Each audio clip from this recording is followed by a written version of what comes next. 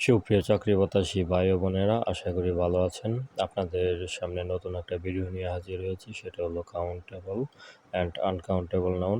আপনারা যারা চাকরির পরীক্ষার সাথে সংশ্লিষ্ট, বিভিন্ন সরকারি চাকরি, বিসিএস, ব্যাংক, প্রাইমারি নিবন্ধন, তারা সবাই এই বিষয়ে অবগত যে কাউন্টেবল এবং আনকাউন্টেবল নাউন সম্পর্কে প্রচুর পরিমাণে প্রশ্ন বিভিন্ন এমসিকিউ টেস্টে আসে।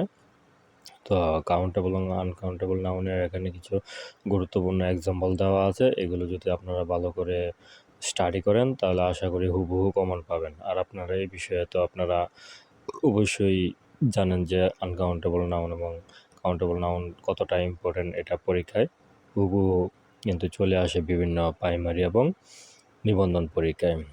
তো আমরা দেখি যে কাউন্টেবল এবং আনকাউন্টেবল নাউনটা আসলে কি। কাউন্টেবল নাউন কি? কাউন্ট মানে হলো গণনা করা যায়, যে সকল নাউন গণনা করা যায় তাহাই কাউন্টেবল নাউন। যেমন পেন, বুক। কাউন্টেবল নাউনকে কিন্তু প্লুরাল করা যায়, মানে বহুবচন করা যায়। আর কাউন্টেবল নাউনের পূর্বে আর্টিকেল হিসাবে এ এন দিকে বসে বা বসানো যায়।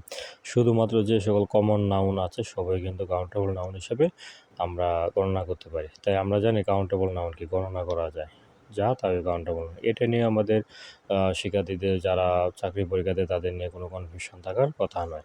কিন্তু আনকাউন্টেবল নাউন যে সকল নাউন গণনা করা যায় না, যেমন পদার্থ, ধূস, গুণ, কাজ, এগুলো কিন্তু গণনা করা যায় না, তাহলে আনকাউন্টেবল নাউন। এখানে কিছু গুরুত্বপূর্ণ এক্সাম্পল আছে যেগুলো বিভিন্ন চাকরি পরীক্ষায় হুবহু চলে আসে। তো আমরা এগুলো দেখি। Furniture, fun, information, luggage, poetry, scenery, traffic, work, hair, money, food, rice, salt, water, bread, equipment, advertising এটা হলো একটা আনকাউন্টেবল নাউন। এটা একটা পরীক্ষায় আসছে। তো দেখেন, আপনার আনকাউন্টেবল নাউন কিন্তু কখনোই কিন্তু প্লুরাল হয় না। এদের সাথে অ্যাজ বা ইয়াস কিন্তু কখনোই যোগ করা যাবে না। যদি সেন্টেন্সে থাকে অ্যাজ বা ইয়াস যুক্ত, তাহলে মনে করবেন ওই সেন্টেন্সটা ভুল আছে। তো অ্যাজ বা ইয়াস যুক্ত হয় না, এটা প্লুরাল হয় না। আনকাউন্টেবল নাউনের পূর্বে কখনোই আর্টিকেল বসে না। তো একটা এক্সাম্পল আছে যেটা আপনাদের বিআরডিবি যে পল্লী উন্নয়ন কর্মকর্তা, এটা 2013 সালে আসছিল, এবং পোয়ালী ব্যাংকের যে অফিসার, জুনিয়র অফিসার হিসেবে 2000 সালে এই প্রশ্নটা আসছিল।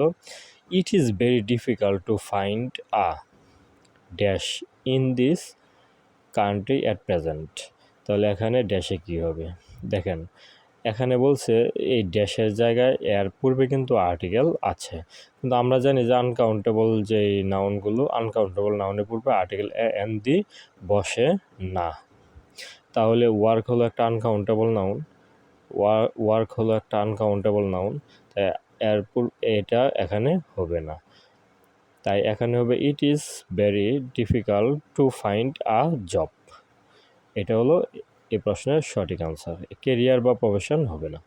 It is very difficult to find a job, এটা একটা কাউন্টেবল নাউন হিসাবে এখানে ব্যবহৃত হয়েছে। আশা করি আপনারা কাউন্টেবল এবং আনকাউন্টেবল নাউন সম্পর্কে বুঝতে পেরেছেন। তো আনকাউন্টেবল নাউনের যেই এখানে প্রশ্নগুলো আছে, যেগুলো বিগত সালে হুবহু আসা প্রশ্ন বিভিন্ন প্রাইমারি এবং নিবন্ধন পরীক্ষায়, আপনারা এগুলো ভালো করে মুখস্থ করে রাখবেন, নোট করে রাখবেন। এগুলো আপনাদের পরবর্তী পরীক্ষা যারা 47তম বিসিএস দিবেন এবং ব্যাংক দিবেন, নিবন্ধন দিবেন, 19তম নিবন্ধন প্রাইমারি দিবেন, এগুলো হুবহু আসবে আশা করা যায়। এবং বিগত বিভিন্ন পরীক্ষা এগুলো আসতেছে এবং আরও আসার মতন এই প্রশ্নগুলো খুবই গুরুত্বপূর্ণ, ইম্পর্টেন্ট। এগুলো মুখস্থ করে রাখবেন, একদম মুখস্থ করে রাখবেন এবং নিয়মিত রিভিশন দেবেন, ভিডিও দেবেন। ধন্যবাদ ভিডিওটি দেখার জন্য।